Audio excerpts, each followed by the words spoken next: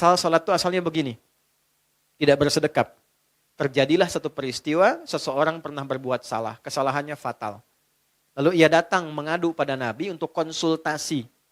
Ya Nabi, hukum saya sekarang daripada saya malu dihukum Allah di akhirat. Sahabat itu dulu begitu. Saya pengen selesai di dunia, gak mau dibuka di akhirat.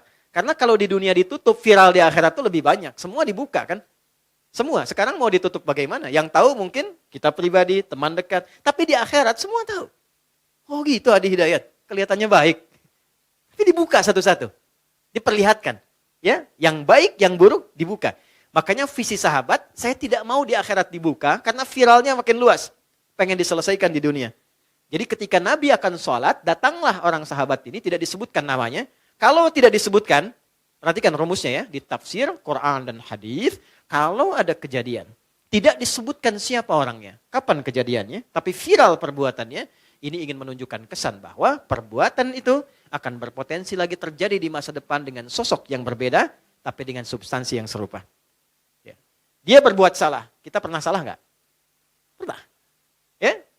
Ada orang dulu gibah, pernah gibah nggak orang sekarang? Bahasa sekarangnya gosip, ya kan? Oke. Mencela dulu ada, sekarang ada nggak yang mencela? Ada, tapi kan nggak disebutkan siapa dulu yang pernah mencela. Artinya celaan itu akan terjadi lagi di masa depan. Ya, masalah dengan kawan, masalah dengan tetangga, masalah suami istri, masalah dengan anak, masalah dengan ibu mertua. Nggak pernah disebutkan siapa tokohnya, tapi suratnya ada, ayatnya ada. Untuk memberikan kesan kalau terjadi, begini cara menyelesaikannya. Maka dia katakan, ya Rasulullah, hukum saya salah. Hukum saya salah. Tibalah waktu sholat. Kata Nabi, kita sholat dulu, nanti habis sholat, baru kita selesaikan. Maka saat sholat itulah turun Quran surah ke-11, Hud. Ayat 114. Aqimis sholata tarafain nahar, wa zulafam minal lail. Perhatikan, ini indahnya. Innal hasanati yudhibnas sayyi'at. Tunaikan sholat, jangan tinggal. Tunaikan sholat, jangan pernah tinggal. Yang 5 waktu itu. Apa yang dahsyat dalam sholat itu? Allah lompat dulu untuk menghibur hati kita. Gak ada orang yang tidak pernah salah, kata Allah.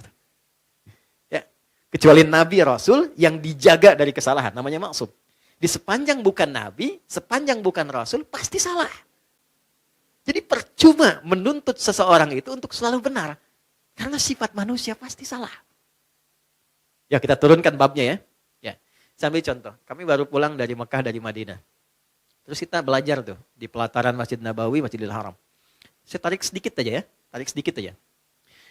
Nabi itu mengajarkan fikih parenting dengan keluarganya, itu begitu indah. Nggak ada ketegangan, nggak ada kegaduhan, dan rata-rata canda. Makanya saya ngobrol dengan beberapa teman, saya bilang, kenapa sekarang kalau orang belajar parenting serius banget? Bawaannya tegang melulu gitu. Ini kewajiban suami, ini kewajiban istri, ini neraka, ini surga. Padahal yang ditampilkan oleh Nabi, kebanyakan 85%-nya itu canda semua. Karena memang kehidupan rumah tangga itu kehidupan bercanda. Laibun walahun. Canda. Saya teman-teman, kalau di rumah, itu seriusnya sama istri dan anak cuma dalam 3 hal. Sholat, Quran, kedua jangan maksiat. Jangan bohong, 1. Itu. Yang lainnya, turunan-turunannya. Lebihnya canda. Anda boleh tanya sama istri saya. Kalau beliau tanya, istri saya tanya, pasti saya plesetin canda semua. Canda semua. Anak-anak canda semua. Itu semua canda. Kenapa? Karena kehidupan rumah tangga itu gak serius-serius amat. Karena si amat pun tidak serius.